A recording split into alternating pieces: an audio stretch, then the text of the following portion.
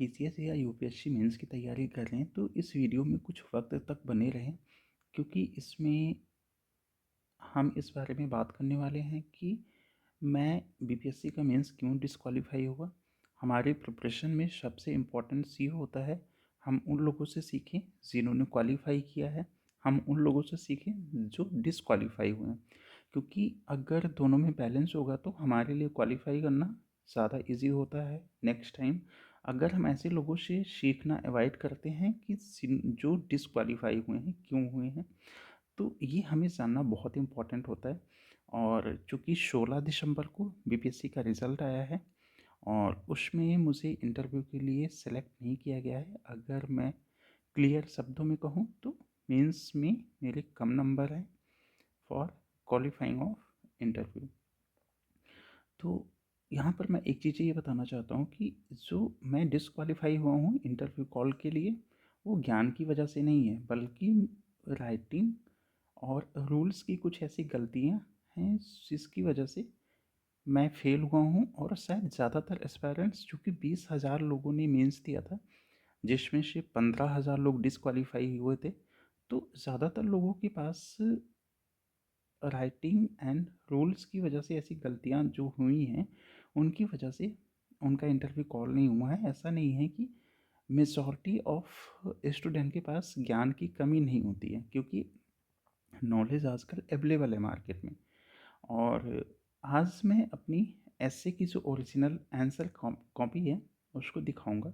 और अभी तो फाइनल नहीं आया है, बट अपने अकॉर्डिंग मैं जितना आइडेंटिफाई कर पा रहा हूँ कि मुझसे कहाँ गलती हुई है, जिससे शायद आप भी सीख सकते हैं। और नेक्स्ट टाइम चूँकि 71 के लिए मैंने प्रीलिम्स क्वालिफाई किया है तो मेंस फिर से देना होगा। मैंने यूपीपीसीएस का मेंस क्वालिफाई किया है, यूपीपीसीएस का मेंस मैंने दिया है, तो ये सारे मेंस देने होंगे। तो मुझे भी सीखना है और आपको भी सीखना ही होगा। अगर आपने क्वालिफाई किया है फिर भी, अगर आपने डिसक्वालीफाई किया है फिर भी, अगर आप फ्रेश एस्पायरेंट्स हैं जो प्रिपरेशन करना चाहते हैं और अभी तक वीडियो में बने हैं, तो आपको भी।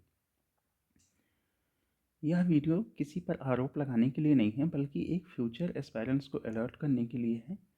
अब नमस्कार दोस्तों, मेरा नाम आलोक कुमार सिंह है और जैसा कि अभी तक इंट्रो में मैंने बता दिया है कि क्या क्या हो चुका है, तो अगर अभी तक आप सुन रहे हैं दैट्स मीन्स आप कुछ ना कुछ सीखना ज़रूर चाहते हैं कि नेक्स्ट टाइम आप कैसे एक एलिजिबल कैंडिडेट के रूप में आगे आएँ। तो हम चलते हैं, ये एस्से की कॉपी है और ये मेरा रोल नंबर है। अगर किसी को डाउट है तो आप चेक कर लो, और चूँकि मेरा मीडियम हिंदी था। तो यहाँ पर 4 टाइप के एस्से थे। अगर आप बीपीएससी के हैं तो आपको पता होगा 700 से 800 शब्द में लिखना होता है। बट एक कंसर्न मेरा है कि मुझे ये बात समझ नहीं आती कि अगर वो 700 या 800 वर्ड लिमिट देते हैं तो पता नहीं इसको कितना स्ट्रिक्टली वो फॉलो करते हैं, क्योंकि ऐसा एक परसेप्शन है या मिथ है कहो, अब पता नहीं। इस बारे में आयोग ही ज़्यादा बेहतर समझ पाता होगा और वो क्या इंस्ट्रक्शन देता होगा, कि ऐसा मिथ है कि लोग कहते हैं कि आपको सारे फन्ने फुलफ़िल करने हैं, तो फिर वर्ड लिमिट देने का कोई लॉजिक ही नहीं होता। बट इसमें कितनी सच्चाई है ये तो जो इंस्ट्रक्शन दिए जाते होंगे कॉपी चेक करने वालों को उनको पता होगा। बट हाँ, मैंने लिखा था जिस टॉपिक पे कि पर्यावरण असंतुलन सृष्टि का विनाशक है। चूँकि इसका स्टार्ट मैंने किया था, जिस दिन सारे वृक्ष खत्म हो जाएंगे, जिस दिन सारी मछली खत्म हो जाएंगी, जिस दिन समस्त तालाब प्रदूषित हो जाएंगे, उस दिन मनुष्य को एहसास होगा कि वह पैसा नहीं खा सकता। ये किसने दिया था? एलेनिश ओबमशिन ने ये ऐसा कहा था, स्टेटमेंट था। तो मैंने तैयार तो किया हुआ था थीम इन्वायरमेंट और वहाँ से मैच कर गया, तो मुझे लगा कि ठीक है, इंट्रोडक्शन बेहतर हो सकता है। अब मैंने कहा है कि एलेनिश ओबमशविन द्वारा ऊपर कही गई बात सृष्टि की उस भयावह स्थिति की ओर इशारा कर रही है जब इस पृथ्वी पर असंतुलन की स्थिति के कारण यह सृष्टि विनाश की ओर अग्रसर हो रही होगी। लेकिन हमारे सामने इस स्थिति को लेकर निम्न सवाल हैं। पर्यावरण असंतुलन की स्थिति क्यों उत्पन्न हो रही है? पर्यावरण असंतुलन के कारण कैसे सृष्टि का विनाश होगा? ठीक है, अगला सवाल इसी क्रम में यह होगा कि पर्यावरण असंतुलन के कारण होने वाले सृष्टि के विनाश को रोकने के लिए वैश्विक, राष्ट्र एवं बिहार राज्य के स्तर पर क्या क्या किया जा रहा है? सरकार समाज द्वारा उठाए गए कदम को लागू करने में क्या क्या चुनौतियाँ हैं? बेसिकली ये मुझे एग्जैक्ट आइडिया नहीं है, अब सब चेक होके आएगी कॉपी। तो मेरा जो अप्रोच होता है कि आप जो भी स्टेटमेंट है ऊपर जिसका, आप उससे कनेक्ट करो और फिर जितने फ्रेम में आपको कवर करना है वो आप डायमेंशन उठा दो, मतलब वो सवाल पैदा कर दो और उसको एक्सप्लेन करते जाओ। तो यही मैंने किया है। बट हाँ, अभी तक जो मेरी लर्निंग है, फर्स्ट थिंग ये है कि ऐसा मार्केट में कहते हैं, तो अगली बार से मैं भी ध्यान रखूँगा कि जिस भी ऐसे को लिख रहे हैं आप, वो यहाँ पे लिखा होना चाहिए। तो मे भी हो सकता है ये भी एक गलती हो, और यहाँ पर ये नाम अंडरलाइन होना चाहिए था, जो कि शायद यहाँ पे भी स्पेस की वजह से शायद मैंने कम रखा होगा। बट नेक्स्ट टाइम अंडरलाइन करना। और ये जो क्वेश्चन रेज करने का पैटर्न है कि आप पहले क्वेश्चन रेज कर दो, इससे एक चीज़ तो क्लियर होता है कि आपका जो ऐसे है वो किस डायरेक्शन में जाएगा, यहाँ पे क्लियर हो जाता है। तो बट यूपीएससी में तो ऐसा होता है, ये जो पैटर्न है ये काफ़ी एक्सेप्टेबल है। अब बीपीएससी में उन्होंने क्या नंबर्स दिए हैं वो तो सब फाइनल आएगा, उसके बाद ही पता चलेगा। फिर मैंने हिस्टोरिकल अप्रोच को कवर किया है कि गौरतलब है जब हम इस प्रश्न का जवाब खोजते हैं कि पर्यावरण का असंतुलन की स्थिति क्यों उत्पन्न हो रही है, पर्यावरण असंतुलन के कारण में ऐतिहासिक रूप से औद्योगिक क्रांति के समय से जीवाश्म ईंधन का अवैज्ञानिक रूप से प्रयोग करना, जैसे यूएनईपी द्वारा कहा गया कि विकसित देश केवल 15% जनसंख्या 75% ग्रीन हाउस गैस के लिए जिम्मेदार है। ठीक है, ये डेटा ऐड किया है, चूँकि इसके पहले जो 69th यूपीएससी हुआ था उसमें जिसके हाईएस्ट मार्क्स थे 210 नंबर, उनकी कॉपी में मैंने ऑब्जर्व किया था कि उन्होंने डेटा ऐड किया था। तो मुझे भी लगा कि ठीक है, डेटा ऐड करना चाहिए। अब उसके बाद वही है जो बेसिक होता है, उत्सर्जन के कारण क्या क्या है। यहाँ पर मैंने डेटा ऐड किया है राष्ट्रीय वन नीति 1980 के अंतर्गत 33%। ठीक है, जो कि अभी 25% भाग पे है, ये भी एक कॉज है, मतलब अभी हम कॉज की बात कर रहे हैं। डेटा मैंने ऐड कर दिया है, और मैंने स्टेटमेंट बीच में भी मतलब ऐड करना का ट्राई किया था। और ये ओ ब्रायम कहते हैं कि मानव द्वारा वनों को अपने लाभ के लिए नष्ट करना पुनर्जागरण काल की पेंटिंग का प्रयोग खाना बनाने के बराबर है। तो इसको भी मैंने ऐड कर दिया था बीच में। बट वही है कि उस टाइम पे उतनी चीज़ें अपने कंट्रोल में होती नहीं है जितना हम रूम पे बैठ के या जब हम मॉक टेस्ट दे रहे होते हैं। ये डेटा ऐड किया है। पैराग्राफ मैंने चेंज किए हैं। हाइजीन का मुझे लग रहा है कि ठीक है, हाइजीन मैंने फॉलो की है। बट वही है कि अब आप लोग भी देख के एक बार बताइए कि जैसे रिपोर्ट का नाम होता है ना, वो मैंने ऐड कर दिया है। और इसको आप देख लीजिएगा, अगर आप चाहेंगे तो आप कमेंट सेक्शन में बताइएगा। अगर ये कॉपी चाहिए होगी तो मैं एक टेलीग्राम चैनल बना दूंगा, वहाँ पे आप देख सकते हैं। बट वही है कि वैसा कुछ यूनिक नहीं है, ये थीम ऐसा था जैसे स्टॉकहोम सम्मेलन हो गया, पृथ्वी सम्मेलन हो गया, क्योटो समझौता हो गया, Montreal protocol, Paris protocol, red red plus जो होता है, ये इनिशिएटिव हैं टू कॉम्बैट क्लाइमेट चेंज ना। और उनकी वजह से जो इश्यूज पैदा हो सकते हैं राष्ट्रीय स्तर पर, जो प्रोग्राम्स ऑपरेट किए गए थे जैसे पीएम ड्राइव हो गया, उजाला स्कीम हो गई ना। तो यहाँ पे मैंने ये भी ट्राई किया था कि ठीक है, इंटरनेशनल लेवल पे क्या इनिशिएटिव हो रहा है, नेशनल लेवल पे और बिहार के लेवल पे। और डेटा और टारगेट जो $10 ट्रिलियन की कमी है, वर्ल्ड बैंक का एक रिपोर्ट आया था। और लास्ट में क्या होता है, लास्ट में मैंने एक इसको मैंने ही बनाया था, बट हाँ ठीक है, लगता है कि किसी सामान्य व्यक्ति द्वारा ये बनाया गया है। तो इसमें मैंने लिखा था, चलो मिलकर बना दी खूबसूरत इस जहाँ को, ज़रा तुम कोशिशें कर लो, ज़रा हम कोशिशें कर लें। बट लास्ट में शायद स्पेस इवैल्यूएशन में मुझसे थोड़ा सा इशू हो गया, तो उसकी वजह से स्पेस यहाँ पे कम हो गया, तो प्रेजेंटेशन वाला मामला थोड़ा सा फंसा है। तो शायद ये भी अगली बार हमें इम्प्रूव करना है कि अगर आपका जैसा हो, आप पहले लिख के ट्राई किए रहो कि कितना स्पेस चाहिए। क्योंकि लास्ट में क्या होता है कि यहीं पे मार्किंग होती है ना, अगर यहाँ पे मार्किंग होगी और यहीं पे आपने कुछ गलतियाँ कर दी हैं तो शायद पॉजिटिव इम्पैक्ट्स नहीं जाता, और उसकी वजह से अगर आपको 2 नंबर भी माइनस हो रहे हैं तो आपके फाइनल रिजल्ट में उसका इम्पैक्ट दिखता है। सेकंड वाला, चूँकि पेज मैंने 10 से बाहर कितने पेज लिखे थे, अच्छा 38, अच्छा 12 पेज मैंने लिखा था ना। तो वही है परसेप्शन मार्केट में, अब वो बोलते हैं कि 700 से 800 शब्द। अब वो खुद फॉलो करते हैं कि नहीं करते, चेक करते टाइम मुझे आइडिया नहीं है। बट हाँ, अभी देखो मेरा पेज इतना खाली लग रहा है क्योंकि मेरी स्पीड कम है। और फिर सेकंड में मैंने लिखा था स्थिर कानून और व्यवस्था नारी सशक्तिकरण की बाधा कैसे हैं। तो मैंने ये कोट्स डाल दिया था स्वामी विवेकानंद का कि जिस प्रकार एक पक्षी एक पंख में। फिर से मैंने वही गलती की थी कि मैंने यहाँ पे लिखा नहीं था कि किस के बारे में मैं लिख रहा हूँ। और अब मुझे समझ आ रहा है कि इस एग्ज़ामिनर के पर्पज़ से हमें सोचना चाहिए कि उनको कितनी आसानी होनी चाहिए या हम उनको कितना ईज़ दें कि वो आराम से चेक कर सके। तो अब नेक्स्ट टाइम मैंने यहाँ पे रिफॉर्म करना है।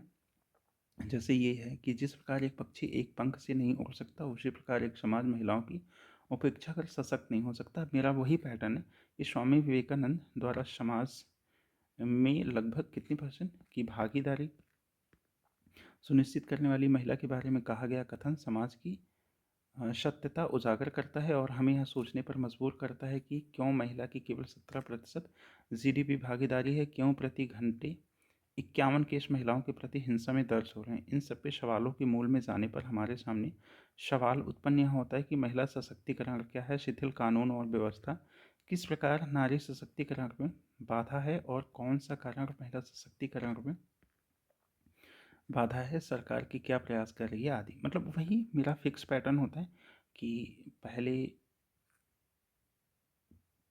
जो भी कोट्स होते हैं, ठीक है, फिर उससे रिलेटेड उसको कनेक्ट कैसे करना है, फिर सवाल ओरिजिन कर दो और फिर उसके बाद उसको एक एक करके एक्सप्लेन चलते जाओ, फाइनली कंक्लूड कर दो। तो ये वही है। बट हाँ, अब बहुत सारी चीज़ें तो बाद में ही क्लियर होंगी।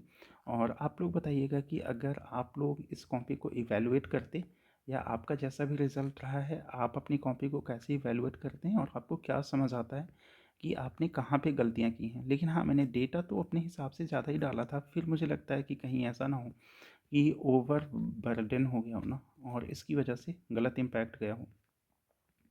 तो ये है मतलब। और पंचायत वेब सीरीज़ देखी थी तो उसका यूज़ किया था। और एनसीआरबी की रिपोर्ट जो था, एनीमिया कितने परसेंट महिलाओं को है, ठीक है, कुल महिला श्रमिक एग्रीकल्चर में 75%, 52% कार्यबल, ILO glass ceiling, care economy, दोहरी जिम्मेदारी। मुझे लगता है कि अगर उन्होंने सही से रीड किया होता तो इसका इम्पैक्ट बेहतर जाता। बट बहुत सारे सवाल ऐसे हैं जो बार बार मन में आएंगे और वो बाद में ही क्लियर होगा। शक्ति मिशन, नारी वंदन अधिनियम, स्टार्टअप इंडिया, मुख्यमंत्री सिविल। तो हम इसके चलते हैं लास्ट में। लास्ट में क्या है कि ब्रिघम यंग का स्टेटमेंट था, यदि पुरुष को शिक्षित किया तो केवल पुरुष को शिक्षित किया लेकिन महिला को। तो वही है, फेमस है। तो इसका इस्तेमाल एक अच्छे पॉइंट पे करना था और वो मैंने अपने हिसाब से कर दिया है। बट हाँ, ये जो नाम वाला है ना, ये मुझे समझ आया कि यहाँ पे मैंने गलती की है, इसको भी शायद अंडरलाइन करना ही होगा। और नेक्स्ट मैंने किया था कि जैसन बौबा वैसन कटबोर। तो इसको देखो, चूँकि मैं यूपी से हूँ तो मेरा बहुत ज़्यादा इधर ओरिएंटेशन नहीं है और मुझे बहुत कम चीज़ें समझ आती हैं ये वाली। तो फिर भी जैसे मैंने स्टार्ट कैसे किया था, अब ये कितना एक्सेप्टेबल है, इसका कितना इम्पैक्ट्स बनता है वो आप बताइएगा। ऊपर वर्णित लोकोक्ति उत्तर भारत के कुछ राज्यों जैसे बिहार, पूर्वी उत्तर प्रदेश के अवध क्षेत्र में सामान्यतः प्रयोग की जाती है, जिसका सामान्य अर्थ यह होता है कि आप जिस प्रकार का बीज बोएंगे उसी प्रकार का पौधा उत्पन्न होगा। लेकिन जब इस लोकोक्ति के संदर्भ को विस्तृत करते हैं तो यह गांधी जी के साधन साध्य की अवधारणा, कार्य कारण की अवधारणा, राजेंद्र प्रसाद की सिद्धांत व्यवहार की अवधारणा तक विस्तारित होती है। ठीक है, अब उसके बाद वही जो सब करते हैं, व्याख्या के संदर्भ में निम्न सवाल हमारे सामने होते हैं।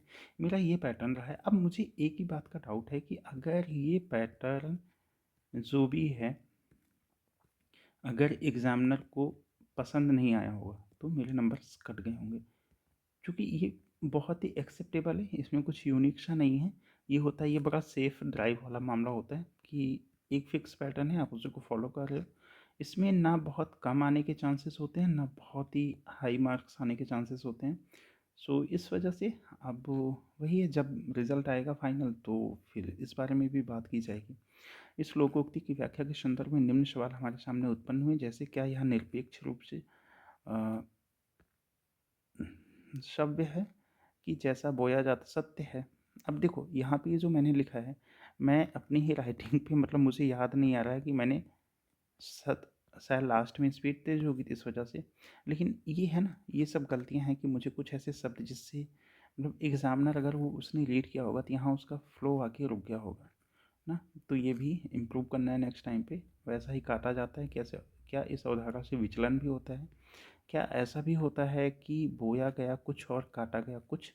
ऐतिहासिक स्तर पर नज़र डालने पर हमारे सामने विविध उदाहरण, हिस्टोरिकल पर्सपेक्टिव हो गया, औद्योगिकीकरण हो गया ना, उसकी वजह से क्या हुआ है, सोशल स्तर पर इसको कनेक्ट किया। और ये डेटा डेटा तो मैंने याद किया हुआ था, तो डेटा तो काफ़ी डाला हुआ था। हो सकता है इसने भी बैकफायर कर दिया हो। जैसे अभी बंगाल में घटित हिंसा, पहलगाम, 27 लोगों की गोली मारकर हत्या, प्रशासनिक स्तर पर इसको कैसे अप्लाई किया जा सकता है ना। और इसके जब हम सकारात्मक पक्ष की बात करते हैं तब भी मैंने डेटा किया था और उसको अंडरलाइन भी किया था। बट वही है, हर बात की एक बात। अब ठीक है, अब मैं बताता हूँ कि जो मुझे अभी तक अपनी लर्निंग लगी, और ये मेरा रफ़ है। हाँ, एक चीज़, एक इम्पॉर्टेंट पॉइंट्स और मैं आपसे बोलना चाहता हूँ, ये मेरा रफ़ है पीछे का। तो मैंने कुछ चीज़ें मिस की हैं, जैसे डीप इकोलॉजी, ये वाला मैंने लिखा था कि मैं ऐड करूँगा बट ऐड नहीं कर पाया। रिटर कॉन्सेप्ट ऑफ होलनेस, इसको मैं चाह रहा था ऐड करना बट ऐड नहीं कर पाया, भूल गया था लिखते टाइम, याद नहीं आ रहा था। तो कुछ लर्निंग्स या मतलब फाइंडिंग्स जो निकल के आई हैं, उसमें फर्स्ट तो ये है कि ठीक है, जो एस्से का मेन है उसको लिखना है नेक्स्ट टाइम, ठीक है। और अभी जब आंसर आ जाएगा तब पता चलेगा कि मुझे किस पैटर्न को फॉलो करना है, क्वेश्चन रेज करते हुए करना है या नहीं, ये अभी डाउट का विषय है। हैंड जो राइटिंग है वो हमें क्लियर लिखनी है ना। और चौथा, जो हम लास्ट में बना रहे हैं, जो हमारा फ्रेम है ना, उसमें जो हम लिख रहे हैं मोस्ट इम्पॉर्टेंट थिंग हमें ऐड करनी होगी, ठीक है। उसके बाद जो पाँचवा है, टॉपर की कॉपी देखो और उसमें क्या उनसे बेहतर हो सकता है उस साल, पिछले 2-3 साल, उसको और इनकॉर्पोरेट करने की कोशिश करो। तो ये सारे हैं, और आप बताइएगा कि इसमें क्या ऐड हो सकता है और क्या इशू था। तो मुझे जो समझ आ रहा है मैंने अपनी तरफ से किया। और हाँ, हाँ, तो वन इम्पॉर्टेंट थिंग इज़ कि ठीक है, कुछ लोगों ने क्वालिफ़ाई किया है, कुछ लोगों ने क्वालिफ़ाई नहीं किया है। इसका मतलब ये नहीं है कि ये ज़्यादा एलिजिबल है या ये कम एलिजिबल है, मतलब ये बातें दोनों पे अप्लाई होती हैं। बस शायद आपका समय नहीं था या हमारा समय नहीं है, तो जिस दिन समय आएगा आप भी इस गेम का पार्ट होंगे, ठीक है। तो ट्राई करते रहिए। और ये बातें मतलब मुझे सबसे ज़्यादा मोटिवेट करती हैं कि किसी के संघर्ष की लकीर इतनी लंबी हो सकती है, किसी के संघर्ष की लकीर इतनी लंबी हो सकती है, किसी के संघर्ष की लकीर इतनी लंबी हो सकती है, किसी की इतनी। तो मुझे लगता है कि शायद मेरे हिस्से में ये वाली आई है। बट हाँ, संघर्ष सबको करना है। जो सिलेक्ट हुए हैं, जो नहीं सिलेक्ट हुए हैं, या भविष्य में जो सिलेक्ट होंगे, या जो भविष्य में सिलेक्ट होने की संभावनाएं तलाश रहे होंगे, तो इसमें आपको परेशान नहीं होना है। फिर से अपनी गलतियों को देखिए, कहाँ क्या हुआ है। जिस दिन आपके जो भी आराध्य होंगे, आप जिन पे भी बिलीव करते होंगे, सारी कायनात की शक्तियाँ जिस दिन आपके सपोर्ट में आ जाएंगी, आप अपनी ड्रीम में पहुंच जाएंगे। इसी के साथ में हम देखते हैं, अगर आपने कहा तो अपना GS1 GS2 की कॉपी लाएंगे आपके सामने, अगर कुछ सीखने लायक हुआ तो, वरना कोई बात नहीं। और इसी के साथ मिलते हैं। अगर आपको कुछ हद तक भी ठीक लगा है तो आप इस कॉपी को इवैल्यूएट कीजिए और बताइए कि अगर मैं टेलीग्राम अभी बना तो नहीं है बट हाँ, मैं उसका लिंक आपके साथ शेयर कर दूंगा बना के बाद में, अगर आप कहेंगे तो। और मिलते हैं आगे भविष्य में कुछ अच्छी लर्निंग के साथ में, और अपने सपनों को साकार करने में बढ़ाने वाले एक कदम की ओर। Thank you so much for watching this.